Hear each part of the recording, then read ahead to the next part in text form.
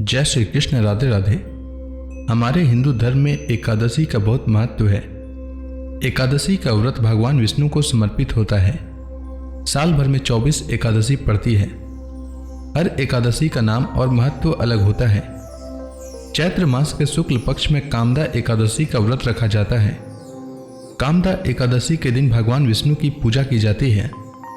इस एकादशी व्रत को भगवान विष्णु का उत्तम व्रत कहा गया है। इस व्रत के प्रभाव से सभी कामनाओं की पूर्ति होती है और पापों का नाश होता है। एकादशी के दिन जो लोग उपवास रखते हैं और सच्चे मन से विष्णु भगवान की पूजा करते हैं, उनके जीवन में अच्छी सेहत और सुख समृद्धि की प्राप्ति होती है। इस दिन भगवान विष्णु को पीले पुष्प, पीले वस्त्र और हल्दी मिला हुआ जल अर्पित करने से मनोकामनाएं पूर्ण होती है। एकादशी की शाम को तुलसी पूजा करें। तुलसी माता के समक्ष शुद्ध घी का दीपक जलाएं।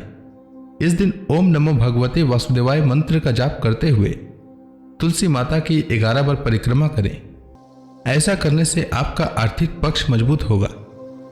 शास्त्रों के अनुसार एकादशी तिथि के दिन पीपल का पौधा लगाने और उसमें नियमित रूप से जल चढ़ाने से पितरों की आत्मा को शांति मिलती है और घर में सुख शांति आती है। साथ ही एकादशी के दिन गरीब लोगों को पीले वस्त्र, अनाज और फल दान करना चाहिए। आइए जानते हैं चैत्र मास के शुक्ल पक्ष में पड़ने वाली एकादशी यानी कामदा एकादशी के शुभ मुहूर्त के बारे में। चैत्र मास के शुक्ल पक्ष की एकादशी तिथि की शुरुआत 7 अप्रैल को रात 8 बजे से होगा और एकादशी तिथि की समाप्ति 8 अप्रैल को रात 9:12 तक होगा। उदया तिथि के अनुसार कामदा एकादशी 8 अप्रैल को है। वहीं द्वादशी तिथि 9 अप्रैल को रात 10:55 तक समाप्त होगा। अब आइए जानते हैं व्रत पारण के समय के बारे में। कामदा एकादशी व्रत पारण का समय 9 अप्रैल को सुबह 6:02 से सुबह 8:34 तक रहेगा।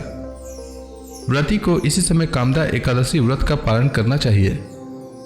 आइए जानते हैं कामदा एकादशी की पूजा विधि के बारे में। एकादशी का व्रत 10वीं तिथि की शाम सूर्यास्त के बाद से ही शुरू हो जाता है और एकादशी का व्रत द्वादशी तिथि पर समाप्त होता है। 10वीं तिथि पर सूर्यास्त से पहले भोजन कर लें। इस दिन तामसिक भोजन से परहेज करें और सात्विक और हल्का आहार लें। एकादशी के दिन सुबह जल्दी उठकर स्नान करना चाहिए।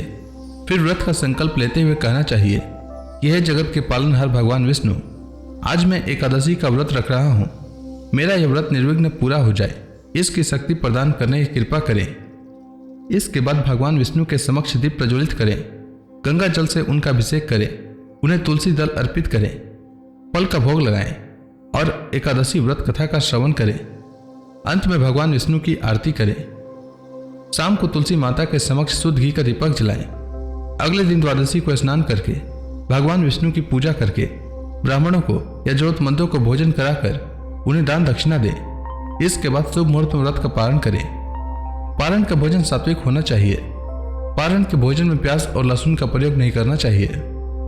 उम्मीद है आपको कामदा एकादशी व्रत से जुड़ी जानकारी अच्छी लगी होगी। अगर आपको यह वीडियो अच्छी लगी हो तो कमेंट सेक्शन में जय श्री कृष्ण लिखना ना भूलें। धन्यवाद।